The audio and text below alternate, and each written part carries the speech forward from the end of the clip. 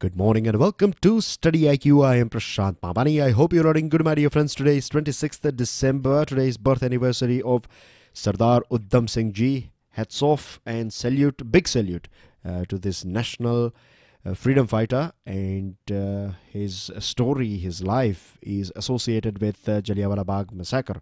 If you want to know more about him and his life, then do check out our channel. We have got a biography of Sardar Udham Singh Ji for you already on our channel. With this, our pen drive and tablet courses are also available for various different exams. As you can see on your screen, they are designed by best faculties of our country. You can check out demo lectures. You can get all other important information associated with our various different pen drive and tablet courses on studyiq.com. If you have any further question or queries, you can feel free and give us a call on the numbers that you can see on your screen. Now, today we have many important articles to go through. The first one is Chabahar tidings. It's very important topic, and good news is coming from Chabahar. Chabahar is a port. I believe most of us are aware about Chabahar. It's a port of Iran. As you can see here, the strategic location of this port, it's not far from the Strait of Hormuz, Persian Gulf, which is important for oil production.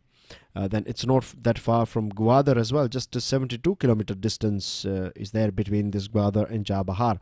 Now, Gwadar is a port that is in Pakistan, and it is developed by China, and I believe many of us are aware about this CPEC as well, that is China-Pakistan Economic Corridor. Now, this Chabahar port is developed by our country, India. And this Chabahar port plays a very important role in connecting Kabul with Mumbai, or Afghanistan with India, because there are possibly three ways that we can use, right? Or that are, you can say, available. Not available actually, because, see, we have roadways. Now, Pakistan will never allow us to use Pakistan's land to have a connection with Afghanistan. So roadway is not possible. Airway is too expensive.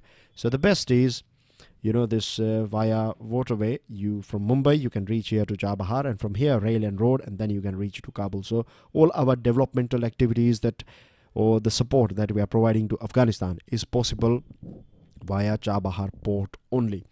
The other thing, or the best help that we can do, is via Chabahar only. The other thing is it's important as far as Iran and India's bilateral trade as well as relationship is concerned. As far as this triangle, Iran, India and India's bilateral or trilateral trade and friendship is concerned, then as well Chabahar plays a very important role. Chabahar is also a very important point that connects us to this international north-south trade corridor. And in this INSTC, what we are trying to achieve is we are trying to connect Moscow, that is Russia, with India, or Moscow with Mumbai. And for that, you have to go through this Chabahar. Chabahar plays a very important role in this international north-south trade corridor as well. So I believe things are clear to you now when I say that Chabahar is a very important port for us in our trade game plan, in our regional connectivity plan. The Shahid Beheshti port, which is part of this Chabahar port, is dear and very important for our country. The first office of Indian Ports Global Limited at Chabahar, this takeover of operations at this Shahid Beheshti port. I have a old picture for you guys. This one is last year's picture, Shahid Beheshti port, and you cannot see Indian representative here. As I told you, this is just my main focus here is this thing, inauguration of Chabahar Shahid Beheshti port. So remember, this Shahid Beheshti is part of this Chabahar. That's the most important thing that I want you to understand, that it is part of this Chabahar, and India has helped to develop this Shahid Beheshti port, and for next 18 months we are going to manage this port. So the most important thing that we can do is we have to convert this port into a big brand. We have to make sure that we grab all those eyeballs, particularly of investors and supporters who can come here and invest in Chabahar, because if you look at it from a long-term perspective, then as well, you know, Chabahar is, I believe, the first big port that we have developed.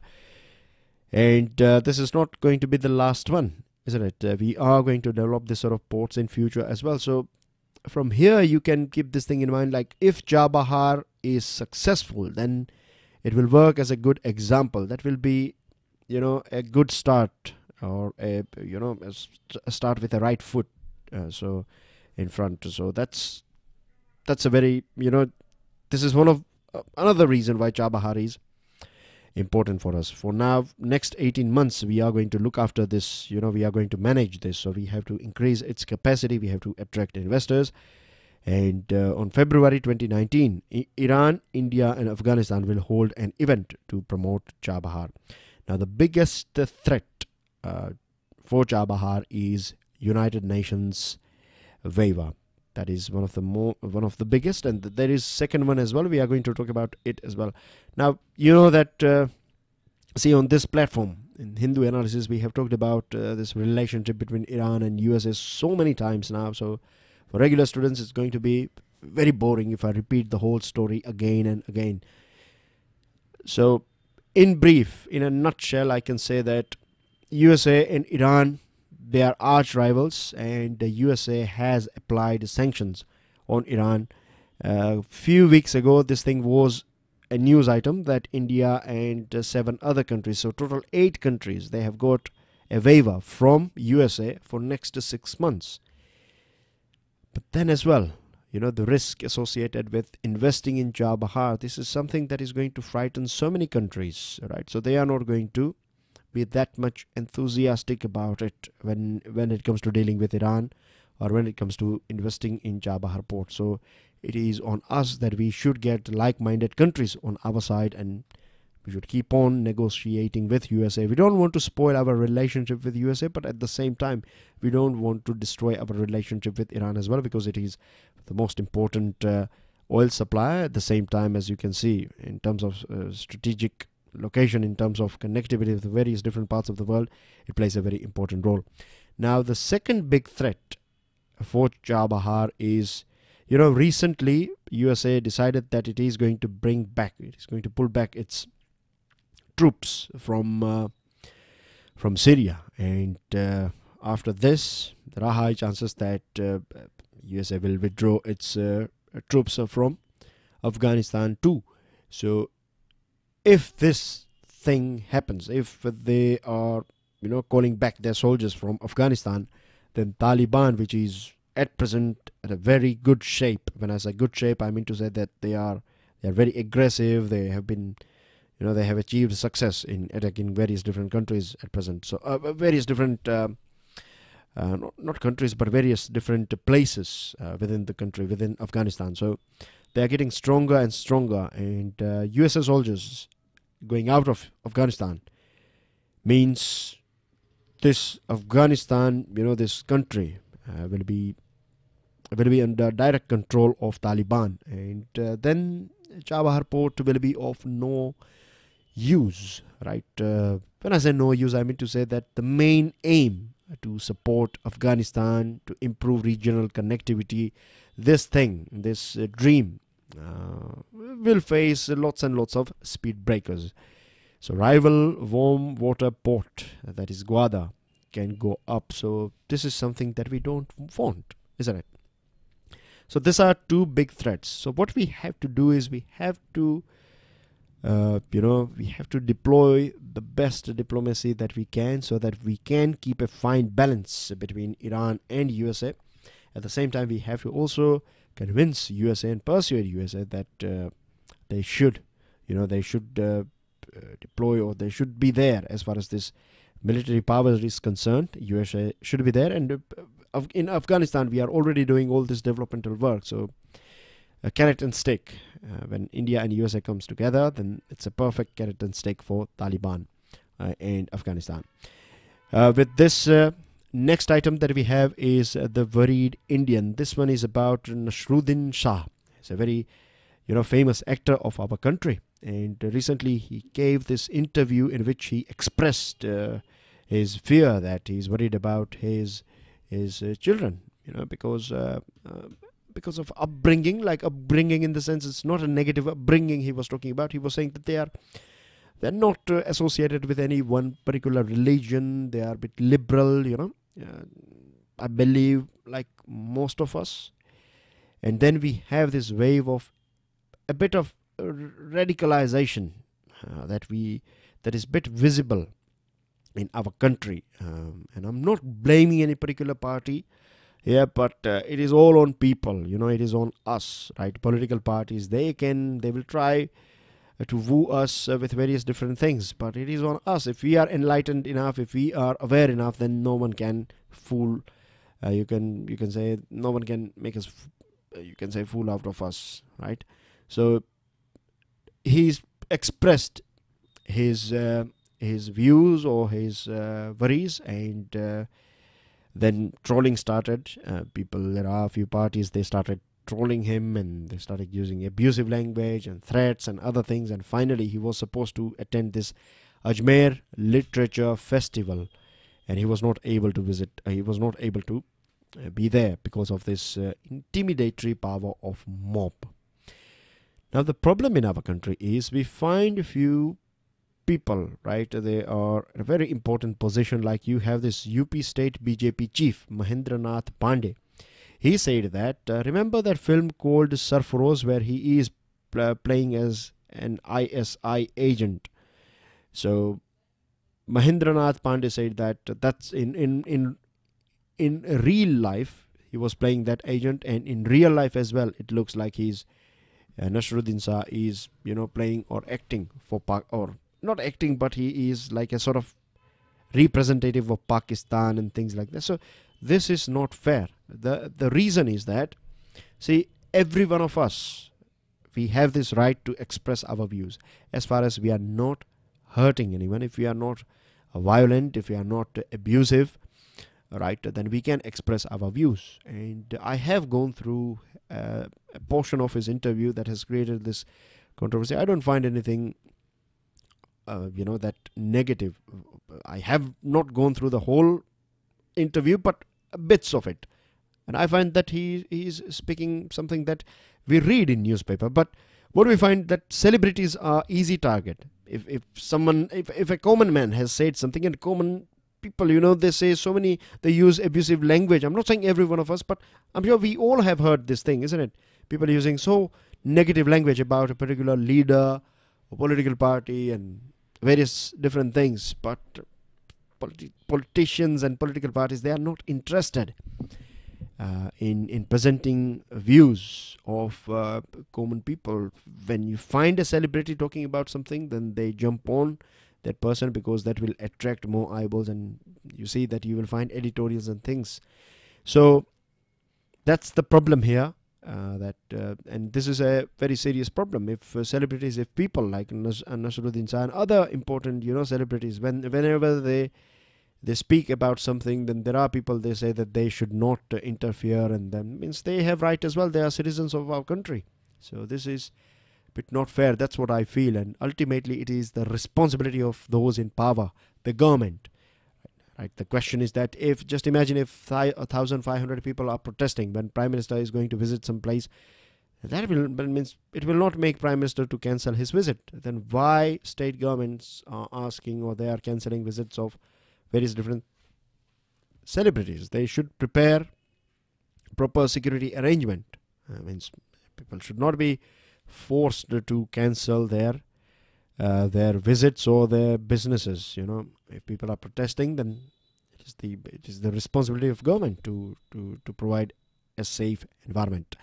Moving on to next item, elections in an embattled democracy. This is about Bangladesh. Now, election in Bangladesh are, bloody sport. You find so many murders and injuries and violence and this sort of thing. So it's like a sort of mini blood gore, you can say. Now, you have two important parties. They are arch rivals and they are contesting against each other. The one is Awami League. Awami League is a party, the current ruling party, headed by Sheikh Hasina. And then you have Qazi Islamist Bangladesh National Party. Now, we have to look at it from India's perspective. For India, Sheikh Hasina is the best person. The reason is she is pro-India. Her government has provided us security in the sense, in terms of our security, scenario of border crossing and militancy and other things. They have cooperated with us. Her government has cooperated with us, and you can call Bangladesh as one of the best friend of India. So when it comes to neighborhood, it is one of the best friend, right, that we have. So it depends on the government. So government is pro-India. This Awami League party and Sheikh Hasina, it's pro-India party that we are talking about. Now, this BNP is anti-India. So, of course, we don't want a party that is anti-India in our neighborhood. Now, if we go through some facts and figures, then we find that Awami League has governed since 2009. Economic growth has been impressive. Militancy controlled 7.86 GDP growth, which is not bad at all. Power output has quadrupled. And when it comes to regional rankings, like education, it is doing very well.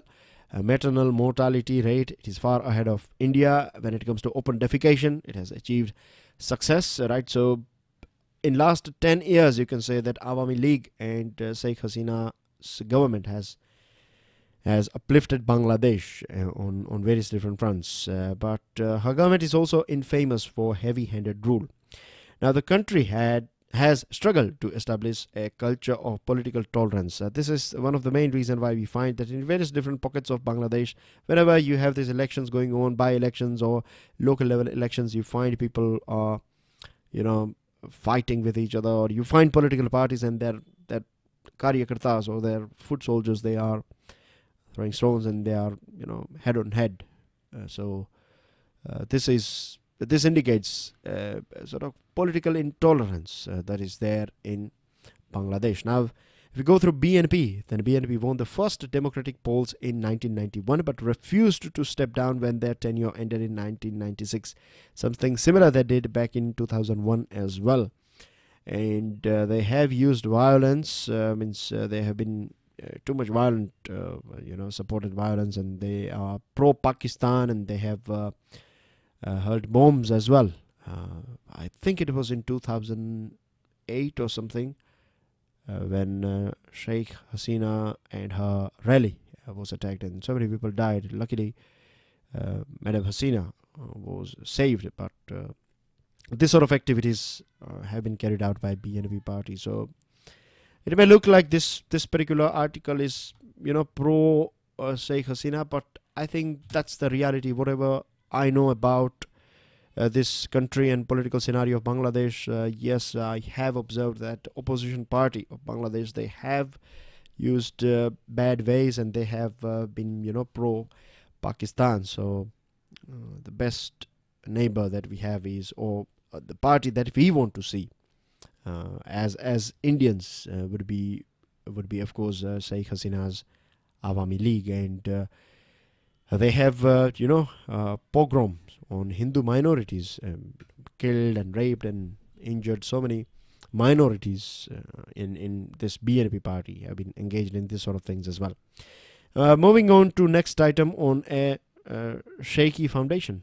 This one is again about a topic that we have discussed in detail yesterday. We were talking about this Home Ministry's order of permitting these 10 central agencies to monitor, intercept and decrypt information which is transmitted, generated, sorted in or received by any computer. So it is about surveillance, and yesterday we were talking about a few things why we find this sort of things, and the outcome of PRISM and other things.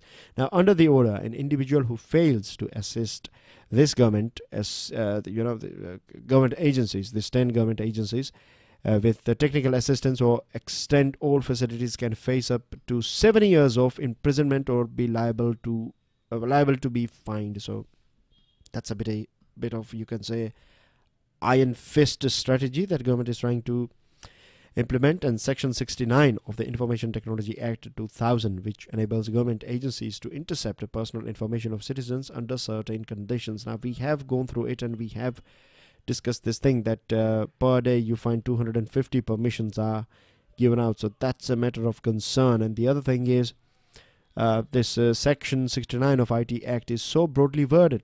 So there are so many things that can be brought under this, national security, or there are so many things that government can argue and easily win, because this IT Act is broadly worded. So many things can fall under it. So we need a proper check and balance here, either judiciary, or there should be an umpire sort of judiciary or parliament that will keep an eye on these bureaucrats, because if just bureaucrats are deciding, and if they are the ones who are permitting, and they are the ones who are executing things, and if there is no one on above them to look after what's right and wrong, then that will lead to this, make India into a surveillance state, and we don't want that thing. Last item is many miles to Mecca.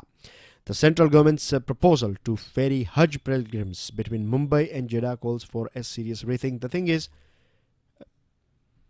proposal to ferry, we are talking about waterways, so it will take roughly 40 days, in total, because if you go via airways, then a total of 10 days on an average is required, because Mecca to Medina and this whole pilgrimage is for like 5 days, if I'm not wrong, 5 or 6 days, and in total you will need 10 days. That's an average I'm talking about.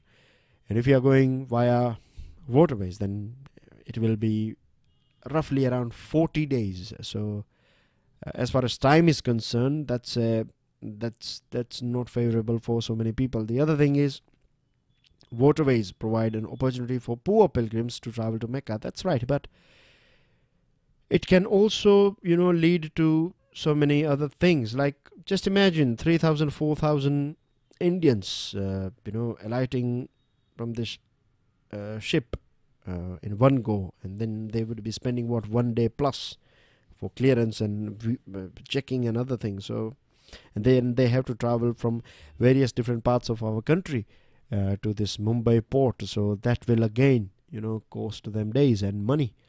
So this is one of the main reasons why we find that a serious rethink is required here. Sea voyages were phased out in 1995, and flights from 21 cities in India take pilgrims to Jeddah in 6 to 7 hours at present. So there's nothing wrong with this thing, and sea voyages were discarded as they were misused by cartels in Mumbai, like trafficking women, trafficking kids for various different things. So this was one of the main reasons why they were phased out. This waterways was phased out, and at present we have some 170,000. This is our quota, right? This Saudi Arabia issues quota to various different countries. So Indonesia is number 1. After that is followed by Pakistan, and on third rank it is India. So 170,000 Indians, they get permission every year to go for Hajj. So that's a big number, right? 170,000. So, and a couple of years ago it was 70,000 or less than that, but we have added this 1 lakh in last 2-3 years, if I'm not wrong. In last 1 or 2 years, we have been in negotiation with Saudi Arabia, and then they have given us permission for 1 lakh more people, somewhere around 1 lakh people from India. So total 170,000. Now, important news items. Government's draft rules to regulate social media echo Supreme Court orders. On 17th July, Supreme Court said that curb and stop disseminating of irresponsible and explosive messages, videos and other items. And you find the same thing in draft rule 3.5. Then Supreme Court on 11th December said that this child pornography, this gang rape imageries and rape videos and other things should be removed. You find again same thing in this draft rules. And Supreme Court on 28th November said the Solicitor General informs the court that certain actions are required to be taken by intermediaries. That means these platforms, and this is something that we find in this draft rule as well. So views of Supreme Court and government we can find on one page, so that's a good thing. Now, Prime Minister opens Bogie Bill Bridge. We have talked about it last Sunday. Pregnant A woman tests positive for HIV after blood transfusion. That's a very, you can say, irresponsible and negligence from the side of this hospital staff. And Leh makes short work of a mountain of waste. That's a sad thing. 65 ton of waste was, collected. So people traveling various different parts of our country, that's good, right? It's good for Leh as well and various different pockets, but we should behave and we should be like more responsible tourists. RTI activists living dangerously in Bihar, and 30 million newborn cry out for help, has been said by UNICEF and WHO. Sad news that 260 leopards were poached in 2015. You can see various different states here, and this report that we were talking about, this UNICEF and WHO's report, so need quality care. That's the need of the hour, and India witnesses 25.4 newborn deaths per 1,000. It should be below 12 as per this SDG. And money matter, you can see money is blocked. It is, pile of cash is lying idle because there are a few banks there under this PCA, and the foreign fund outflows are highest since 2008, as you can see here in 2018. 2018 is the highest in terms of this foreign fund outflows, that is money going out. And vocabulary on your screen, can you give me the name of this country here? Give me the name of this country and also tell me the capital of this country. And this is your question. Please download the PDF of today's lecture, go through the question and post your answer in the comment section of this video. With this, dear friends, I'll see you tomorrow. And please make sure that if you have learned something from today's discussion, then don't forget to hit the like button. And also, may I request you guys to share this lecture with other students, because you are the ones who are going through it on regular basis, and you are the brand ambassador of this video. There are going to be some massive changes in near future, and change is part and parcel of our life, isn't it? So I will inform you about those changes in near future, but for now, keep enjoying your studies and make sure you make the most out of it. God bless you all. I'll see you all soon tomorrow. Jai Hind.